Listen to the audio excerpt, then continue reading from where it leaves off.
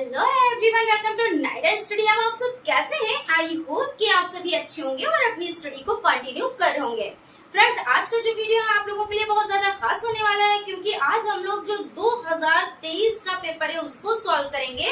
अगर सब्जेक्ट की बात करें तो सब्जेक्ट आपका कंप्यूटर शिक्षण हो जाता है, और आपको पता है इसमें 18 क्वेश्चंस आते हैं, जिसमें आपके 5 के वस्तुनिष्ठ टाइप क्वेश्चंस हो जाते हैं, और उसके बाद 6 to 11 आपके अति लघु उत्तरीय टाइप क्वेश्चंस हो जाते हैं, और उसके बाद 12 to 18 क्वेश्चंस आपके जो हो जाते हैं वो लघु उत्तरीय टाइप क्वेश्चंस हो जाते हैं। ठीक है ना? तो यहाँ पर सबसे पहले हम लोग डिस्कस करने वाले हैं जो आपके वस्तुनिष्ठ टाइप क्वेश्चंस है उन पर डिस्कस करेंगे। उसके बाद अति लघु उत्तरीय टाइप क्वेश्चंस को डिस्कस करेंगे, और उसके बाद लघु उत्तरीय टाइप को डिस्कस करेंगे। सो आप लोग वीडियो में लास्ट तक बने रहिएगा और वीडियो को बिल्कुल भी स्किप ना कीजिएगा, क्योंकि हर एक चीज आप लोगों के लिए बहुत ज्यादा महत्वपूर्ण हो जाती है, और महत्वपूर्ण चीजों के लिए आपको स्किप किए बिना चीजें पढ़नी रहती हैं। ठीक है, तो चलते हैं, सबसे पहले स्टार्ट कर लेते हैं आज का जो फर्स्ट नंबर का क्वेश्चन है उसको।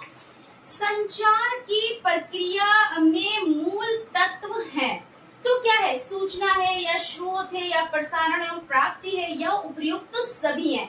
तो जब तक आपको संचार के बारे में नहीं जानकारी होगी तब तक आप इस पे टिक कैसे कर पाएंगे। तो संचार का मतलब क्या होता है कि भाई चीजों का आदान प्रदान। हम कोई चीज आपसे कह रहे हैं, कोई बात हम आपसे कह रहे हैं, तो कैसे कह रहे हैं? ऐसे आपको पता था क्या? कोई नायरा मैम भी हैं, कोई डीएलएड बीटीसी पढ़ाती भी हैं, सारे सेमेस्टर के क्लास अटेंड करती हैं, ऐसा तो नहीं पता था। लेकिन कोई ऐसा माध्यम हुआ जिसके माध्यम से आपने हमें जाना, है ना, और आपने क्लासेस अटेंड की, तो ये सब चीजें हो जाती हैं। तो यानी संचार का मतलब ये होता है कि अपने भाव, विचार, अपने जो संदेश है उनको एक दूसरे तक पहुंचाना, यानी उसका आदान प्रदान करना क्या कहलाता है? तो संचार कहलाता है।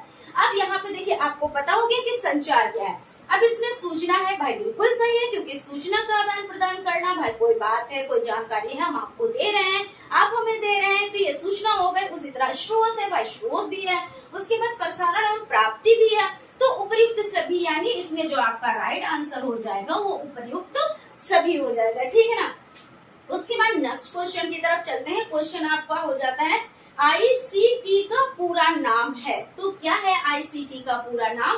तो देख लेते हैं, सूचना एवं संचार प्रसारण है, या सूचना एवं संचार प्रसंग है, या सूचना एवं संचार प्रसारण प्रौद्योगिकी है, या इनमें से कोई नहीं है। तो आईसीटी का जो पूरा नाम हो जाता है, यानी आईसीटी है क्या? ये एक व्यापक शब्द है। क्या है? व्यापक। और व्यापक मतलब होता क्या है? यहाँ पे हम लिखते हैं व्यापक। व्यापक मतलब होता है, थोड़ा सही से नहीं, हम लिख देते हैं थोड़ा सही से। व्यापक, व्यापक का मतलब हो जाता है, व्यापक का मतलब क्या होता है? बड़ा और फैला हुआ, यानी फैलाव, है ना। तो बहुत बड़े क्षेत्र में इसको इस तरह से कह सकते हैं कि आईसीटी का पूरा नाम। तो पहले इसके बारे में जान लेते हैं, फिर इसके पूरे नाम की तरफ हम चलते हैं। तो यानी आईसीटी एक व्यापक शब्द है, और जिसमें क्या है, कोई भी जैसे संचार, संचार अभी आपने जाना कि जो चीजों का आदान प्रदान जिसके द्वारा हम करते हैं, ठीक है ना, तो वो उपकरण शामिल होते हैं। इसमें क्या क्या चीजें आती हैं? जैसे इसमें रेडियो हो जाता है, टेलीविजन हो जाता है, ये सभी चीजें आती हैं, है ना। यही तो भाई हमारे संचार के माध्यम है ना। तो यहाँ पे आपका हो जाता है सूचना एवं संचार प्रसारण, ये नहीं है सूचना एवं संचार प्रसंग, ये नहीं, सूचना एवं संचार प्रसारण प्रौद्योगिकी, ये आपका राइट आंसर हो जाता है। यानी कि आपका जो थर्ड ऑप्शन है ये राइट हो जाता है, स ऑप्शन। ठीक है, चलते हैं नेक्स्ट क्वेश्चन की तरफ। आप लोग लाइक और सब्सक्राइब करते रहे भाई। लाइक करने में कंजूसी ना क्या कीजिए, क्योंकि इसी से तो हमें क्या मिलता है, इसी से तो हम मोटिवेट होते हैं, और ये एनर्जी का काम करते हैं ना। उसके बाद क्वेश्चन है थर्ड नंबर का, नेटस्केप नेविगेटर है, तो क्या है नेटस्केप नेविगेटर? तो वेब ब्राउजर है, हार्डवेयर है, नेट साइट है, चैटिंग है, क्या है? तो आंसर हो जाता है नेटस्केप नेविगेटर जो हो जाता है वो वेब ब्राउजर हो जाता है, यानी ऑप्शन आपका राइट हो जाता है। ठीक है, यहाँ तक चीजें क्लियर हो गई। अब चलते हैं नेक्स्ट क्वेश्चन की तरफ। एडुसेट या एडुसेट को किस वर्ष एक कृत्रिम उपग्रह के रूप में स्थापित किया गया? तो वर्ष 2007 में, या वर्ष 2001 में, या वर्ष 2004 में, या वर्ष 2000 में? तो कब किया गया? तो इसके सन पे चलने से पहले हम एक इस पे थोड़ी सी बात करते हैं, जो एडुसेट आपको हो जाता है। इसका मुख्य उद्देश्य क्या था? अगर इसके मुख्य उद्देश्य की हम बात करते हैं, यानी एडुसेट किस वर्ष, यहाँ पे वर्ष पूछा गया है, लेकिन इसका मुख्य उद्देश्य क्या था? तो मुख्य उद्देश्य दूरस्थ क्षेत्रों में जो रहने वाले बालकों के लिए शिक्षा की व्यवस्था करना। क्या है इसका? कि जो दूर रह रहे हैं दूरस्थ क्षेत्रों में, वहां पे क्या है, जो शिक्षा है उसकी व्यवस्था करना, ये हो जाता है। और इसके फुल फॉर्म की अगर बात की जाए, यानी इसका पूरा नाम क्या है, तो इसका पूरा नाम एजुकेशनल सैटेलाइट हो जाता है। क्या है इसका पूरा नाम? यहाँ पे लिख देते हैं, एजुकेशनल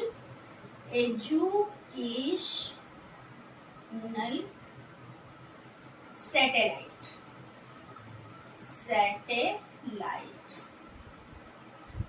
ठीक है ना?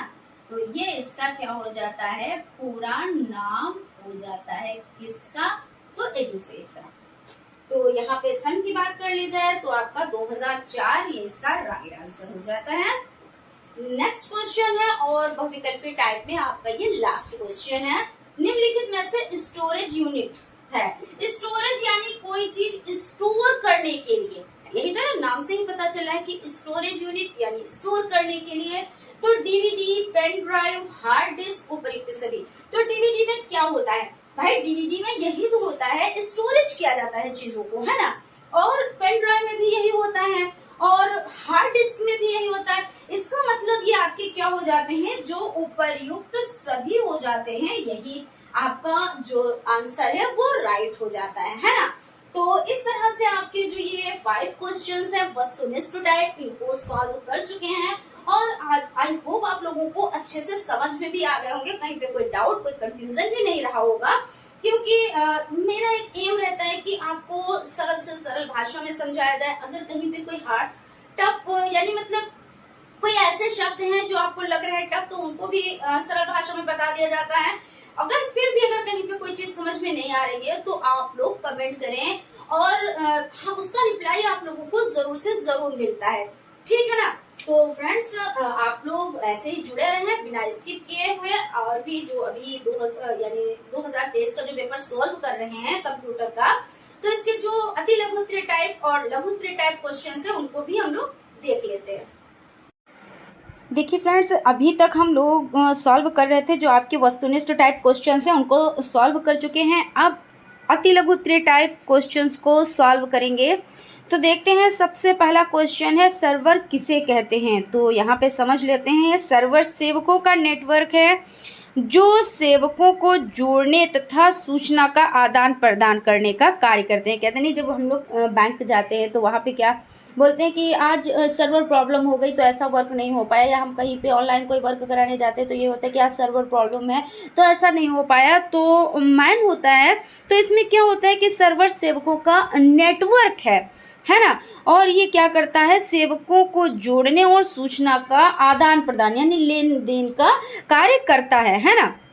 तो इस तरह से हो जाता है। नेक्स्ट क्वेश्चन आपका है, यहाँ पे देख सकते हैं कि URL का पूरा नाम लिखिए। तो URL का पूरा नाम हो जाता है uniform resource locator. Very very very important है, जितनी बार हम इंपॉर्टेंट कहें उतना ही कम है। ठीक है ना। तो अच्छे से इसको तैयार कर लीजिएगा। कंप्यूटर नेटवर्क में मैन का पूरा नाम बताएं।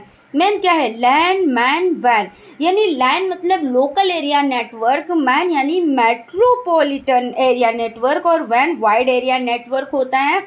तो इसमें देखिए, मैन का फुल फॉर्म जो हो जाता है, यानी पूरा नाम यहाँ पे पूछा जा रहा है, तो मैन का पूरा नाम हो जाता है मेट्रोपॉलिटन एरिया नेटवर्क। ये भी आप लोगों के लिए बहुत ही ज़्यादा इम्पॉर्टेंट है। डिजिटल श्यामपट्ट क्या है? डिजिटल श्यामपट्ट एक ऐसा श्यामपट्ट है जिसमें कंप्यूटर की विशेषता होती है।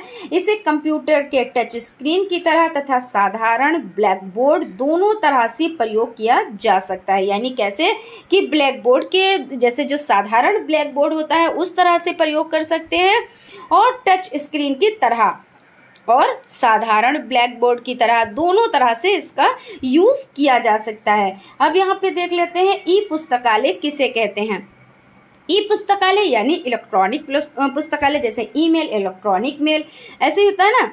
तो यहाँ पे ये एक डिजिटल प्लेटफॉर्म है, इसमें पुस्तकों को डिजिटल रूप में संग्रहित किया जाता है तथा प्रयोगकर्ता अपने कंप्यूटर पर ही समस्त सामग्री का अवलोकन कर सकता है। यानी क्या है, कंप्यूटर पर ये जो ई पुस्तकालय होता है, यहाँ पर आपको हर तरह की बुक मिल सकती है, मिल जाती है, आप जो भी सर्च करेंगे वो मिल जाएगा।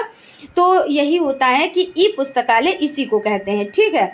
उसके बाद है स्मार्ट क्लासेस। क्या है भाई, नाम ही से पता चल रहा है स्मार्ट, है ना। तो स्मार्ट कक्षाओं से हमारा तात्पर्य उस नवीन शिक्षण प्रक्रिया से है, क्योंकि जो अब नई प्रक्रिया है वो कैसी है, स्मार्ट प्रक्रिया है। तो जहां शिक्षा प्रदान कराने के लिए किसी विद्यालय भवन की कोई ज़रूरत नहीं होती है, यहाँ तो मात्र नए नए तकनीकी साधनों द्वारा शिक्षा प्रदान कराई जाती है। कैसे कि विद्यालयों की आवश्यकता नहीं है, लेकिन क्या है, नए नए तकनीकी साधनों से शिक्षा दी जा रही है।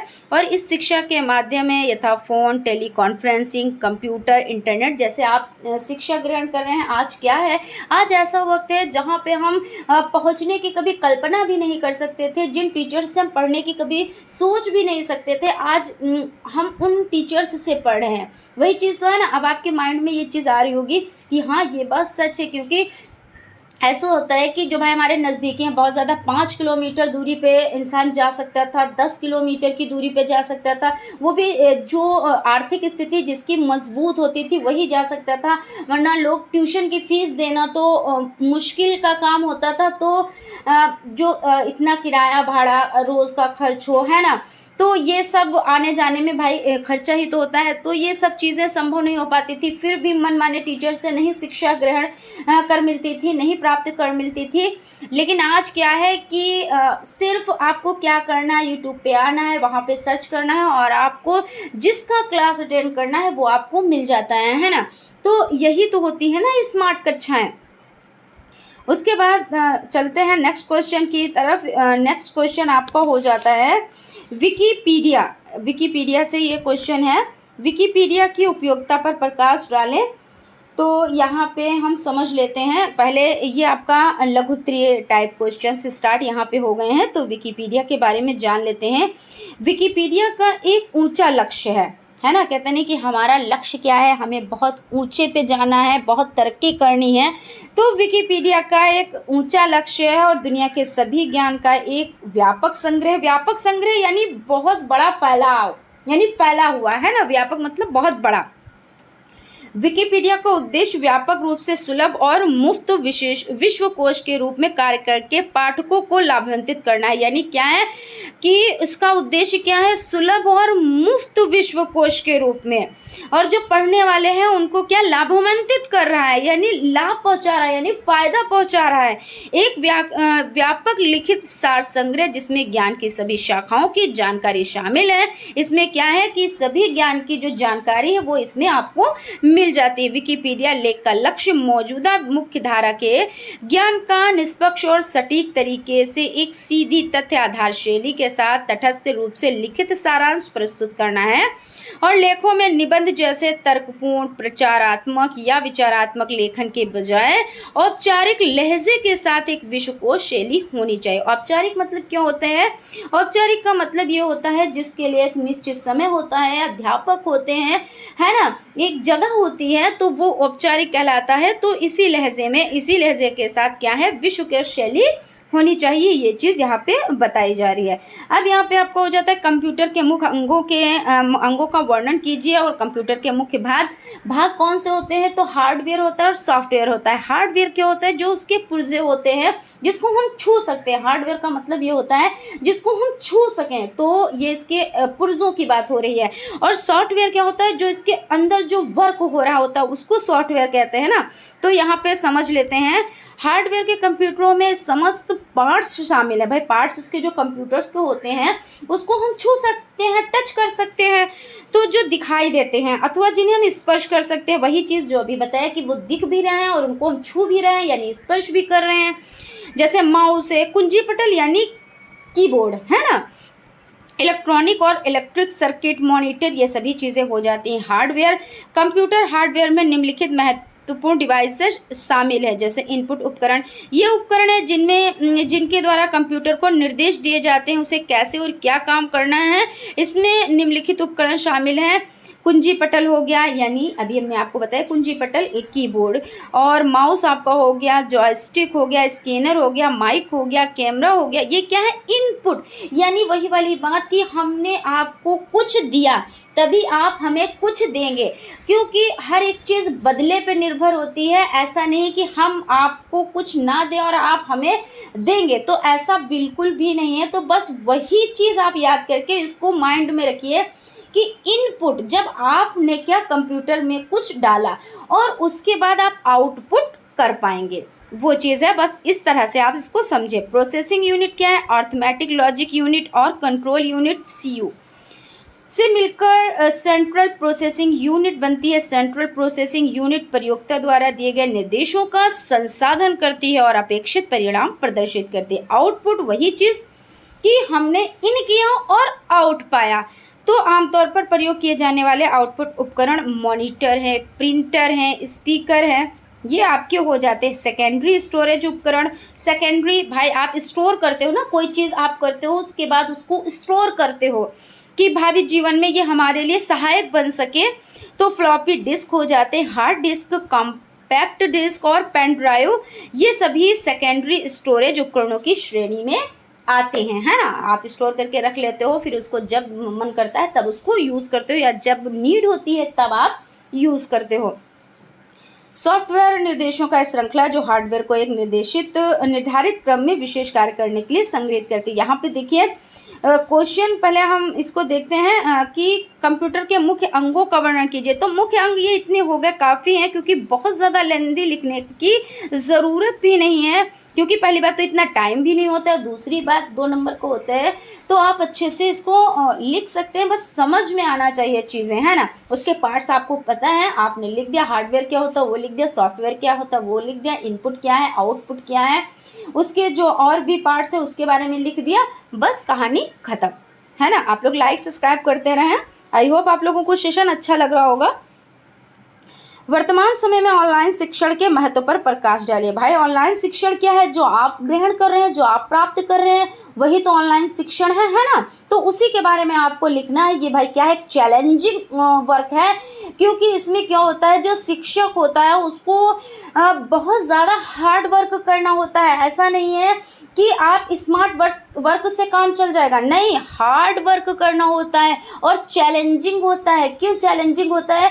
क्योंकि पढ़ाते तो सभी लोग हैं, लेकिन पढ़ाने का ढंग होना चाहिए। कहते नहीं है, कुछ लोग ज्ञान लेते हैं, कुछ लोग शिक्षित होते हैं और कुछ लोग साक्षर होते हैं, क्योंकि पढ़ाना और पढ़ने में भी फ़र्क होता है, और पढ़ाने में भी बड़ा फ़र्क होता है कि कुछ लोग ऐसे होते हैं सिर्फ किताब में जो लिखा है उसको बता दिया, कुछ लोग उसका एक्सप्लेन करते हैं, कुछ लोग ऐसा करते हैं कि एक वर्ड को पकड़ के उसको आपको पूरे 10 पेज तक समझा डालेंगे और आपको एक कहानी के जैसे लगेगा कि हाँ चीज़ हमारी समझ में आई और उसको लाइफ टाइम तक आप याद रखेंगे।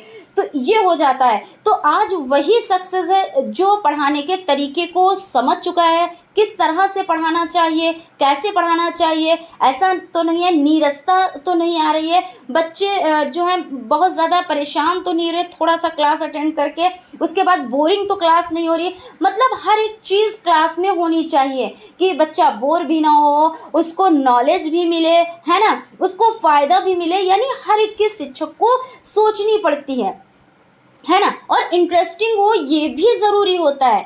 तो बहुत बड़ा चैलेंजिंग काम है। तो इसी पे हम यहाँ पे देख लेते हैं किताबी भाषा में भी, हालांकि जितना हमने आपको बता दिया, अगर आप इतना लिखेंगे तो इनफ होगा, लेकिन फिर भी हम यहाँ पे देख लेते हैं कि ऑनलाइन शिक्षा एक सहज अनुदेशक विवरण प्रक्रिया है, जिसमें क्या है, इंटरनेट के माध्यम से होने पर कोई भी सीख सकता है। भाई बिल्कुल, आपने सर्च किया, चैनल सर्च किया, उस पर आ गए और फटाफट से आपको नॉलेज मिल गई। कोई भी क्षेत्र में आप कुछ भी आपको सर्च करना है, फटाक से आपने बोल दिया, कहते नहीं बोलने से सब कुछ होता है, आपके सामने क्लास आ गई, जो भी प्रॉब्लम है उसका सोल्यूशन आपको मिल गया। यही चीज़ ऑनलाइन शिक्षण शिक्षकों को उन छात्रों के साथ संवाद करने में सक्षम बनाता है जो पारस्परिक कक्षा कोर्स में दाखिला लेने में सक्षम नहीं हो सकते। वही चीज़ जो अभी हम आपसे बता चुके हैं, डिस्कस कर चुके हैं कि भाई ज़रूरी नहीं होता है सभी की आर्थिक स्थिति ऐसी हो जो बड़ी बड़ी फीस दे सके, बहुत ज़्यादा फीस दे सके, बहुत दूर दूर जाके वो पढ़ सके, वहाँ पे हर एक चीज़ का इंतज़ाम कर सके कि रूम भी लें और उस मतलब रूम का भी रेंट दें और उसके बाद वहाँ के जो खर्चे हैं वो भी पूरे करें। तो इतना संभव नहीं हो पा रहा था, नहीं हो पाता था। लेकिन आज क्या है, घर बैठ के अपना एक वो कहते नहीं है लर्निंग कॉर्नर बना के, है ना, एक कॉर्नर बना के और वहाँ पे स्टडी को कंप्लीट किया जा रहा है। तो ये किसके ज़रिए, तो आपको हो जाता है कि ऑनलाइन शिक्षण के माध्यम से ही ये चीज़ संभव हो पा रही है। और यहाँ पे देख लेते हैं, ऑनलाइन शिक्षा प्रदान करने वाले स्कूल और संस्थान भी संख्या में बढ़ रहे हैं। ऑनलाइन तरीकों से डिग्री हासिल करने वाले छात्रों को यह सुनिश्चित करने में ईमानदार रहना चाहिए कि इनका कोर्स वर्क एक मूल्यवान और प्रमाणित विश्वविद्यालय के माध्यम से पूरा हो। भाई ये चीज़ तो सही है कि भाई जब आपने अच्छे से स्टडी की है, आपने अच्छे से चीज़ों को समझा है, तभी तो आप चीज़ों को समझा पाएंगे। क्योंकि ऐसा नहीं है कि आपने सिर्फ पढ़ाई कर ली और डिग्रियां हासिल कर ली और आप बैठ गए पढ़ाने, ऐसा नहीं। आपको तरीके भी आना चाहिए कि आप बच्चे को पढ़ा कैसे रहे हैं, है ना। कहते हैं पढ़ने में बड़ा फ़र्क होता है, कहते हैं कि चीज़ों को समझाने में कि किस तरह से माइंड को हम समझ पा रहे हैं और चीज़ों को समझा पा रहे हैं, वो चीज़ यहाँ पे बताई जा रही है। और यहाँ पे आपका हो जाता है, यह अनूठा लाभ छात्र केंद्रित आभासी शिक्षण वातावरण के से प्रकट होता है जिससे अकेले ऑनलाइन शिक्षण प्रारूप ही योगदान दे सकते हैं। ऑनलाइन कक्षाओं के साथ हमें किसी दूसरे शहर की यात्रा करने या लंबी दूरी तय करने की आवश्यकता नहीं है। बिल्कुल बात सही है कि हम एक रूम में बैठे अपना लर्निंग कॉर्नर बना के वहाँ पे हम चीज़ों को सीख रहे हैं। इतना इनफ है। बाकी आप यहाँ पे थोड़ा वीडियो रोक के आप चीज़ों को पढ़ सकते हैं और भी समझ सकते हैं। बाकी जितना हमने बता दिया वो इनफ है, ठीक है। उसके बाद नेक्स्ट क्वेश्चन है, यातायात के क्षेत्र में इंटरनेट की उपयोगिता। भाई आपको पता है कि क्या क्या उपयोगिता होती है यातायात, जैसे हम सफ़र करने जा रहे होते हैं तो हमको क्या क्या चीज़ें इससे सहूलियत मिलती है। फर्स्ट नंबर पे हम घर बैठे ही क्या कर सकते हैं, टिकट बुक कर सकते हैं, उसका टाइम देख सकते हैं। बस से जाना है तो बस का टाइम देख सकते हैं, ट्रेन से जाना है तो ट्रेन का टाइम देख सकते हैं। मतलब जिस चीज़ से हमको यात्रा करनी है उस चीज़ के बारे में हम पूरी जानकारी इकट्ठा कर सकते हैं। कितने का टिकट है, कितने बजे जाएगी, किस दिन पे है, किस दिन पे नहीं है, कौन सी ट्रेन लेट है, कौन सी ट्रेन है, मतलब हर एक चीज़ की जानकारी आपको मिल जाती है। तो कैसे मिल जाती है भाई, इंटरनेट की उपयोगिता से ही तो आपको मिलती है ना। यातायात के क्षेत्र में इंटरनेट की उपयोगिता ही तो हुई है। तो यहाँ पे देख लेते हैं, टिकट बुक करने में सुविधा, यातायात के साधन, समय सारणी की तत्काल जानकारी, ट्रेनों के आवागमन की रियल टाइम जानकारी, वाहनों के रजिस्ट्रेशन की प्रक्रिया का ऑनलाइन। बिल्कुल वही चीज़ तो हो गई ना। तो आप इस तरह से कर लें या जैसे हमने आपको बताया बस वैसे आप कर लें, बात तो एक ही है, अलग थोड़ी ना है इसमें। उसके बाद आपका हो जाता है वीडियो कॉन्फ्रेंसिंग से आप क्या समझते हैं। तो वीडियो कॉन्फ्रेंसिंग यानी जो आप वीडियो कॉल करते हैं, है ना, वो। तो आज क्या हो रहा है, वीडियो कॉन्फ्रेंसिंग से ऐसा नहीं है कि बहुत लोगों की सोच बड़ी गलत बनी हुई है, क्योंकि हम ही लोग सोच को बनाने वाले हैं और हम ही लोग चीज़ों को बिगाड़ने वाले भी हैं, है ना।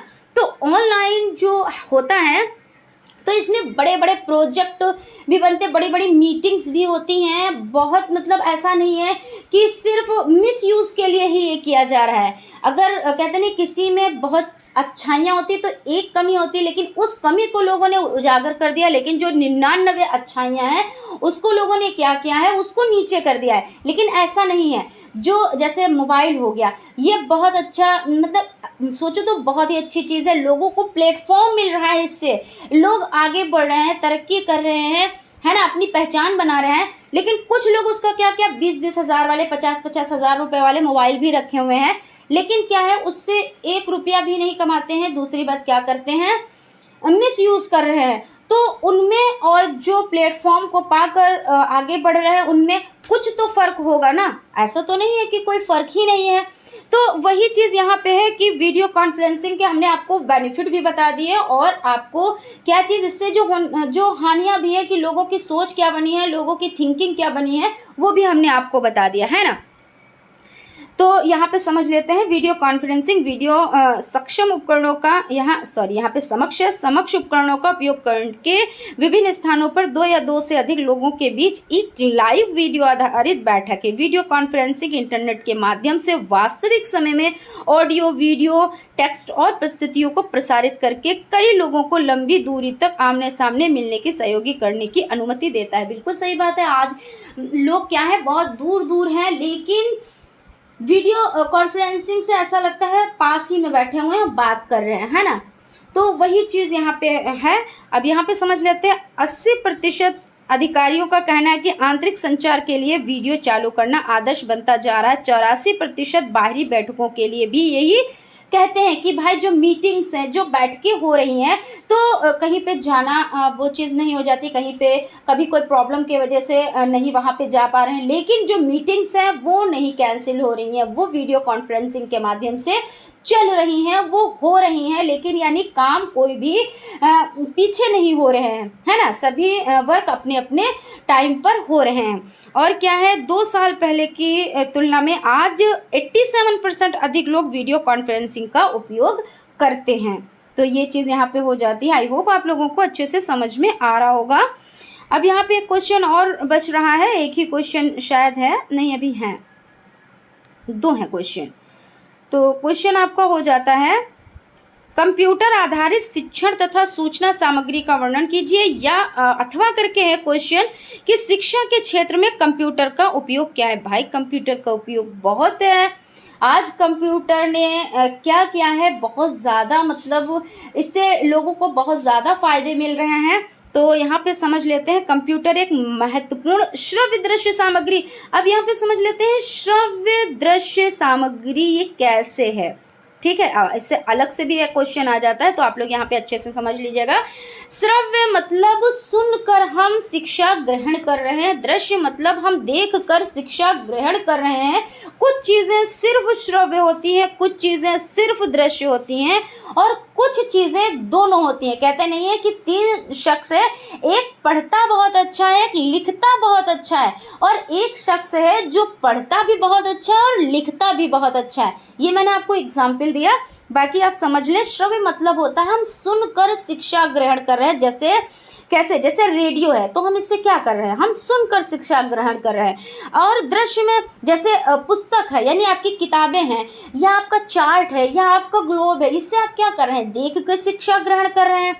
अब आ जाए आप, जैसे आपका कंप्यूटर हो जाता है, जैसे आपका यहाँ पे मोबाइल हो जाता है, जैसे आपका टेलीविज़न हो जाता है, ये क्या है, आप सुन भी रहे हैं और देख भी रहे हैं, और सुनकर और देखकर आप ज्ञान प्राप्त कर रहे हैं, यानी शिक्षा ले रहे हैं। तो ये क्या हो जाती है, श्रव्य दृश्य सामग्री हो जाती है, ठीक है। तो यहाँ पे हमने श्रव्य दृश्य के बारे में जान लिया। कंप्यूटर सूचना प्राप्त करने और सूचना प्रदान करने का एक सशक्त माध्यम है। यानी क्या है, जो कंप्यूटर है वो सूचना प्रदान करने का एक सशक्त माध्यम है, यानी बहुत अच्छा एक माध्यम का मतलब यही होता है कि जरिया है हमारे लिए, है ना। कंप्यूटर का उपयोग शिक्षा, चिकित्सा, बैंकिंग, सेना आदि में व्यापक रूप से किया जा रहा है। व्यापक यानी बड़े क्षेत्र में किया जा रहा है। और किसमें तो कंप्यूटर का उपयोग शिक्षा, भाई शिक्षा के क्षेत्र में तो यही तो हो रहा, ऑनलाइन क्लासेस आप पा रहे हो, वहाँ पे आप अगर कोई भी प्रॉब्लम है शिक्षा के क्षेत्र में, तो आप घर बैठे हैंड टू हैंड चीज़ों को आप प्राप्त कर सकते हो। बैंकिंग में, आप बैंकिंग में जाओ, बैंक जाओ, वहाँ पे देखिए हर वर्क किससे हो रहा है, कंप्यूटर ही से तो हो रहा है।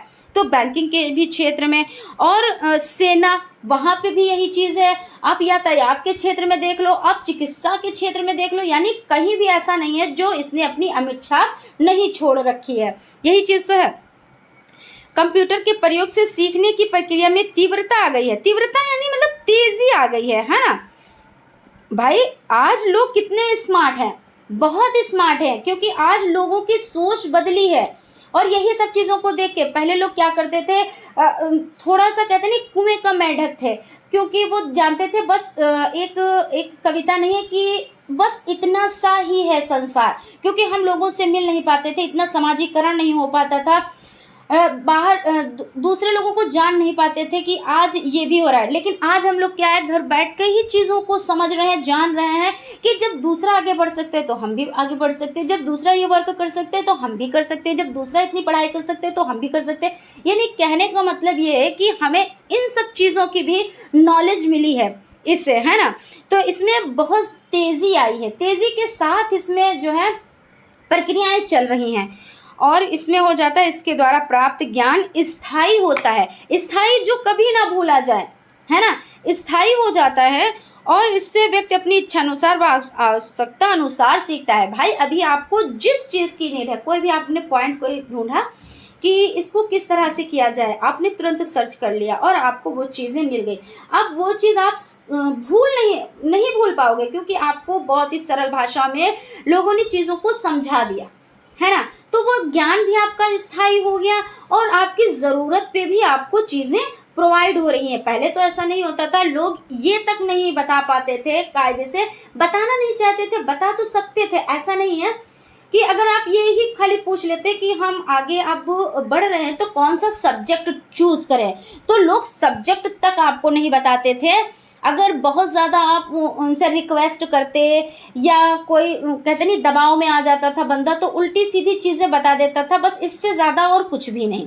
लेकिन आज क्या है, आपको जिस चीज़ की नीड है उस पर आप फटाक से बोले और एक सजेशन नहीं, 10 20 50 एक मतलब सजेशन आ जाएंगे कि आप ये कर लो, आप ये कर लो, आप ये कर लो, ऐसे है। तो इस तरह से तो यहाँ पे आपको इसके बारे में समझ में आ गया होगा, इतना इनफ है। बाकी आप लोग इसको देख लीजिएगा, ठीक है। यहाँ पे ये सब चीज़ों को आप देख लीजिएगा वीडियो को रोक के। उसके बाद यहाँ पे क्वेश्चन आपका हो जाता है, ये लास्ट ही क्वेश्चन है, बाकी आपका पेपर सॉल्व हो चुका है। आई होप आप लोगों को चीज़ें बहुत अच्छे से समझ में आ रही होंगी। टेलीविज़न आधारित शिक्षण तथा सूचना सामग्री का वर्णन कीजिए। दूरदर्शन शिक्षा दूरदर्शन को समझाएं। तो शिक्षा दूरदर्शन को समझ लेते हैं या शैक्षिक दूरदर्शन सेवाओं की विशेषता बताएं, इसके बारे में समझ लेते हैं। तो दूरदर्शन एक महत्वपूर्ण श्रव्य दृश्य साधन है। अभी देखिए श्रव्य दृश्य के बारे में बताया कि जिससे सुन भी सके और देख भी सकें। तो दूरदर्शन क्या है, टीवी पे आता है, टीवी पे ही तो आप उसको देख पाते हैं ना, दूरदर्शन चैनल को, तो उस पर आप सुन भी रहे हैं उससे और देख भी रहे हैं। ये चीज़ दूरदर्शन श्रव्य दृश्य साधन होने के कारण अन्य संचार साधनों की तुलना में शिक्षण के लिए अधिक प्रभावी है। भाई अन्य साधन है जैसे रेडियो है तो आप सिर्फ इससे सुन सकते हो, और जो साधन है किसी से सिर्फ देख सकते हो, किसी से सिर्फ सुनकर ज्ञान प्राप्त कर सकते, लेकिन इससे क्या है, दूरदर्शन से क्या है, आप देखकर और सुनकर ज्ञान प्राप्त कर सकते हैं। टेलीविज़न का शैक्षिक कार्यक्रम एक जनसाधारण के रूप में अपनी सहायता के समय से लेकर अब तक व्यापक रूप ले चुका है। व्यापक रूप देखिए बार बार आ रहा है, वो मतलब बड़ा रूप ले चुका है ना। लोग अपनी रुचि यानी इंटरेस्ट, है ना, किसमें इंटरेस्ट है वो चीज़ अपनी रुचि तथा आवश्यकता अपनी ज़रूरत के हिसाब से, है ना, टीवी कार्यक्रमों को देखते हैं। इसमें यूजीसी भारत सरकार एवं प्रदेश सरकार के शैक्षणिक एवं विभिन्न क्षेत्रों में सामाजिक चेतना जागृत करने वाले कार्यक्रम नियमित रूप से प्रसारित होते हैं। नियमित रूप यानी नियम से अपने समय पर प्रसारित होते हैं, अपने टाइम से, है ना। आपको रोज़ मिल जाते हैं देखने को। जब जिस दिन पे आपको बताया गया कि इस दिन पे ये चीज़ है, इस दिन पे ये चीज़ बताई गई है, वो उस दिन पर आपके नियमित समय पर आपको प्रोवाइड हो जाएंगी देखने के लिए, मतलब ये चीज़ है। दूरदर्शन द्वारा प्रसारित शैक्षिक कार्यक्रम क्या है? इंदिरा गांधी राष्ट्रीय मुक्त विश्वविद्यालय इग्नू के कार्यक्रम, राष्ट्रीय शैक्षिक अनुसंधान प्रशिक्षण परिषद NCERT के कार्यक्रम, शिक्षा विभाग उत्तर प्रदेश द्वारा बनाए गए कार्यक्रम, सामाजिक वानिकी कार्यक्रम, युवाओं हेतु दहलीज कार्यक्रम और राष्ट्र के अशिक्षित वयस्कों हेतु वयस्क शिक्षा कार्यक्रम, रोजगार परक दिशा निर्देशन एवं परामर्श कार्यक्रम और ज्ञान दर्शन के अंतर्गत विभिन्न संस्थाओं के कार्यक्रम, ये आपके हो जाते हैं।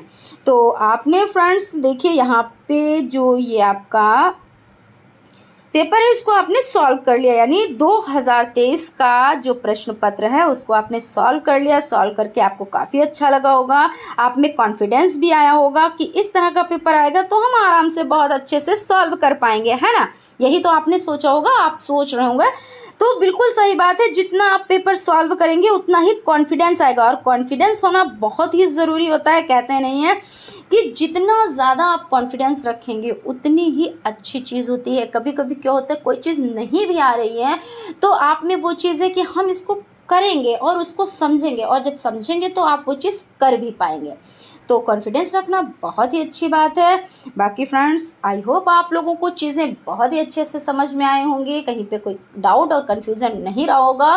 फ्रेंड्स, अगर आप चैनल पर नए हैं तो चैनल को सब्सक्राइब ज़रूर कर लें, और सेशन अच्छा लगा हो तो लाइक भी ज़रूर कीजिएगा, और हो सके तो अपने फ्रेंड्स में इसको जो क्लास है, जो क्वेश्चन पेपर सॉल्व कराया है, इसको शेयर भी कर देना, जिससे उनको भी बेनिफिट मिल सके। तो मिलते हैं नेक्स्ट क्लास में। Thank you.